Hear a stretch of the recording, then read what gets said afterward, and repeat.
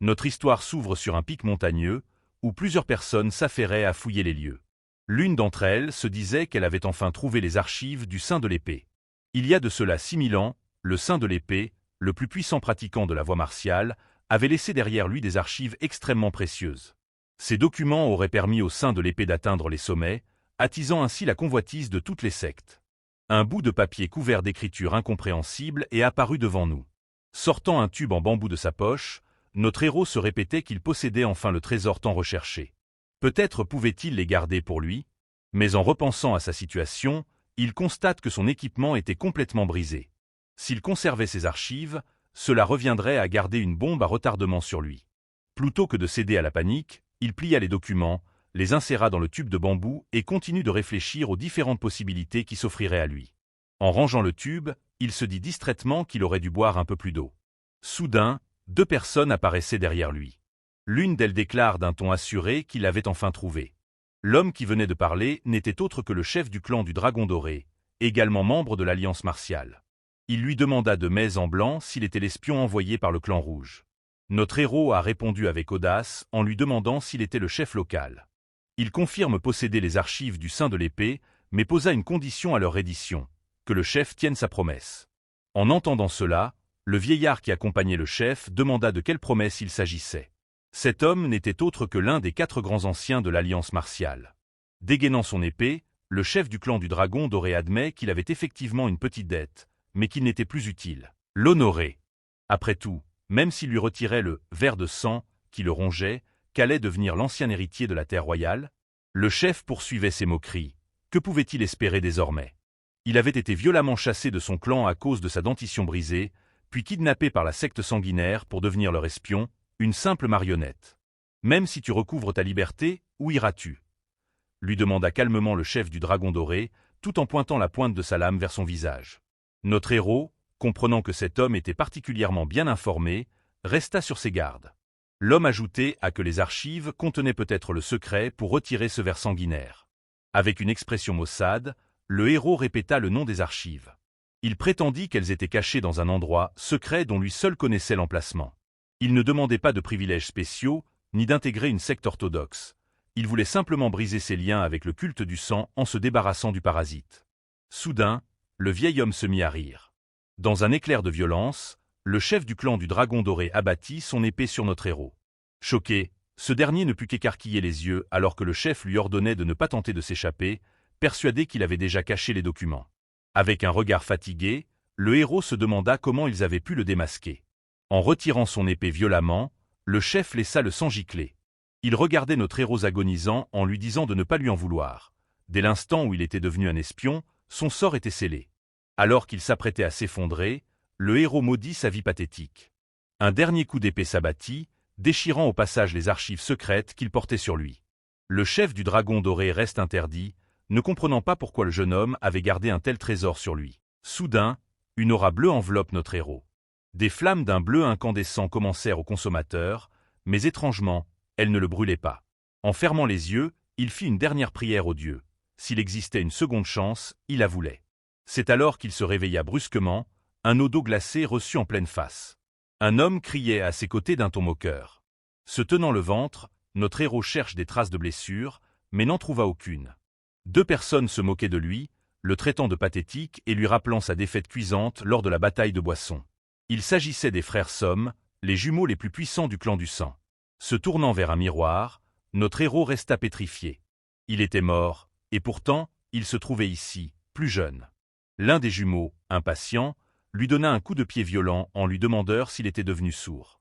La douleur était bien réelle, trop réelle pour être un rêve. Se redressant brusquement, il saisit l'un des jumeaux par le col et lui demanda frénétiquement en quelle année ils étaient. Son frère a répondu « Nous étions le 9 août du calendrier impérial ». Réfléchissant à cette date, il comprit qu'il était revenu 10 ans en arrière. Pris d'une impulsion, il serra le jumeau dans ses bras, heureux de ce retour inespéré, avant que ce dernier ne le repousse brutalement. S'il était vraiment revenu 10 ans plus tôt, il savait ce qui allait se passer. Pendant ce temps, à l'extérieur, des gardes s'assoupissaient. En entendant des bruits de pas, l'un d'eux se réveilla, mais sa tête fut instantanément tranchée. Les survivants furent paralysés par l'horreur. À l'intérieur, les jumeaux exigeaient au héros où il avait caché son argent, mais celui-ci les envoya paître.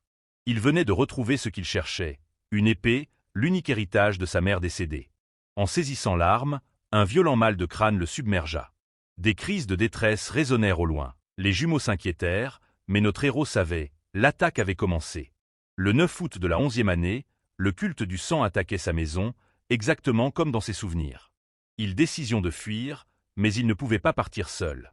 Il se souvint d'Assange, la seule personne qu'il avait soutenue au sein du clan. Il se précipita dans sa chambre et le réveilla en sursaut. Il nous attaque. Si on reste, on meurt.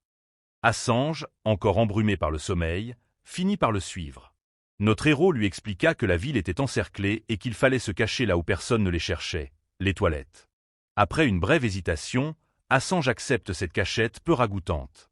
Quant à notre héros, il se cache dans les réserves de nourriture pour chevaux. C'est alors qu'une voix résonna dans ses oreilles. « Ne me touche pas avec tes mains sales. » Surpris, il se demanda si son épée pouvait parler.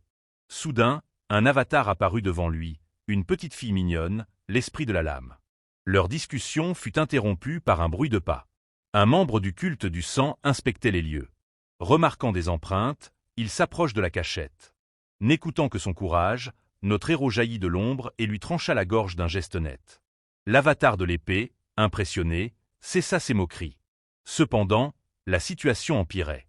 Le héros savait que d'autres arriveraient bientôt. Soudain, l'avatar l'avertit, un guerrier du culte du sang se tenait derrière lui. Un homme élégant, dégageant une aura de puissance, apparut. À sa ceinture marron, le héros reconnut un guerrier de rang intermédiaire. Ses chances de victoire étaient presque nulles. L'homme, arrogant, lui propose de se rendre en échange de la vie sauvée. Il voyait en lui un talent brut, bien que non formé. Notre héros tente de le provoquer pour le déstabiliser, affirmant qu'il ne faisait que bavarder par peur de le tuer attaquant.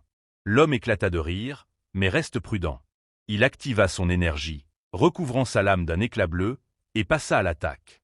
Le héros esquiva de justesse, tenta une contre-attaque en lâchant sa lame pour la rattraper de l'autre main, mais l'homme était trop rapide. Un coup dévastateur l'envoya rouler au sol. Blessé mais déterminé, il comprit qu'il devait viser le côté gauche de son adversaire, là où il avait réussi à le gêner. L'homme, désormais furieux, déchaîna une énergie noire. Plusieurs coups frappèrent notre héros, lui infligeant de profondes blessures, bien que l'assaillant semblait éviter soigneusement les points vitaux pour le capturer vivant.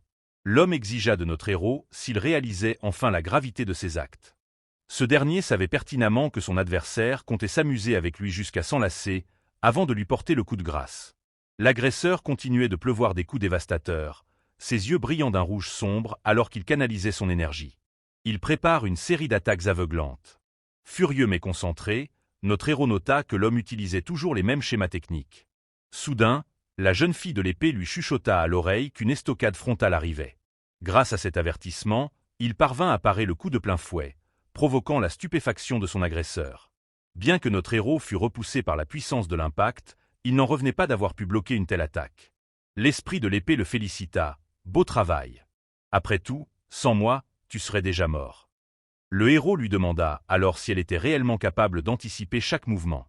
Elle a répondu par l'affirmative, ajoutant d'un ton moqueur qu'il était facile de prévoir les gestes d'un adversaire aussi pathétique. Se tenant la tête, la jeune fille lui demanda malicieusement s'il préférait qu'elle continue de se taire. Faisant preuve d'humilité, notre héros reste d'abord silencieux avant de s'excuser pour son impolitesse passée. Il lui demande formellement son aide. Elle s'étira et accepte, affirmant qu'elle ne pouvait pas laisser mourir une créature aussi exotique que lui, capable de la voir et de lui parler. Elle lui demanda s'il avait un plan, même rudimentaire. Le héros réfléchit. Sa préférence allait à la fuite pour garder ses distances, mais il savait que s'il se montrait patient, une réelle opportunité de contre-attaque finirait par se présenter.